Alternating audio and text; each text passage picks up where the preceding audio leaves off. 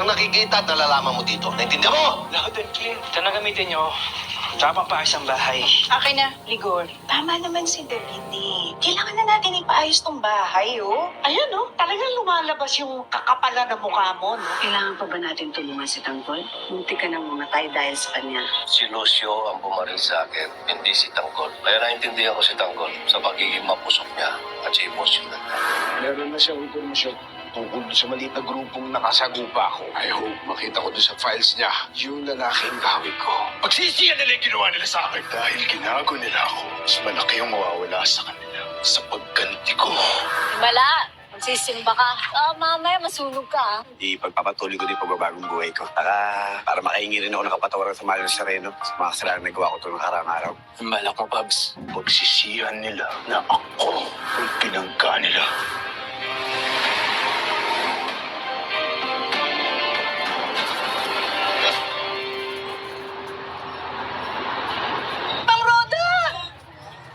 Ma'am Roda!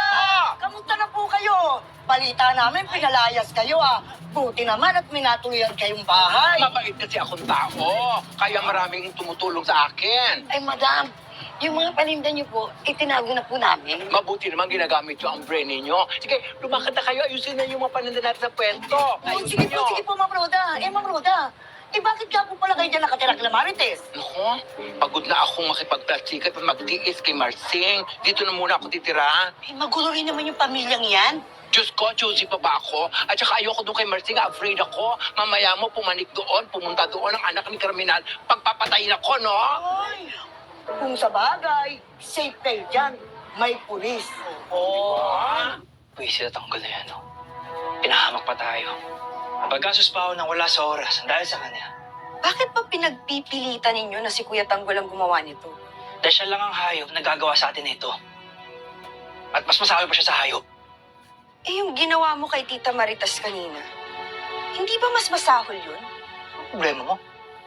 Ha? Bakit ba pinagpipilitan na mabait at walang kinalaman niya si Tanggol? Alam mo, Camille, wala ka na sabihin maganda at di nakakatulong.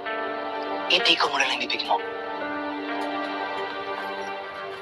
Hindi kayo maganda, wala kayong kaganda. Kamabi nga kayo. Ano Harang-harang sa daan. Hoy, sinong may kakilala sa inyo na nagle-labor? Nagdi-labor po. Bakit po kayo naghanap ng buntis na mga anak? Hindi, tanga. Labor. Nagkakarpintero gumagawa ng bahay.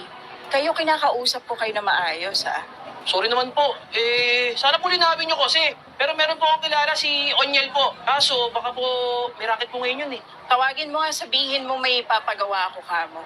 Bilis. Titinginan pa bilis. Uy, mumisa ninyo ha. Kumaya na lang ha. Kakamot-kamot pa Ay, Ano? may mga alipin Ano? siya. Reyna ba siya? Diba?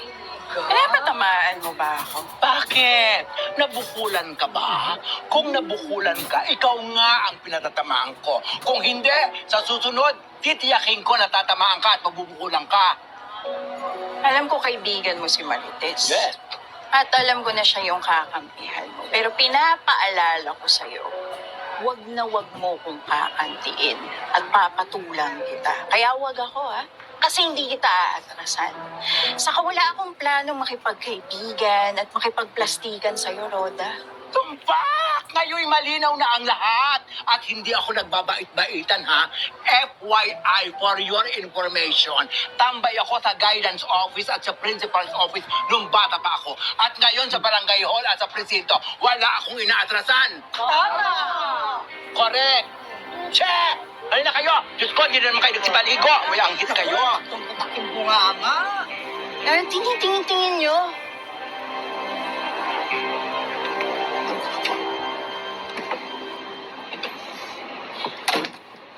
Rigor, pwede ka bang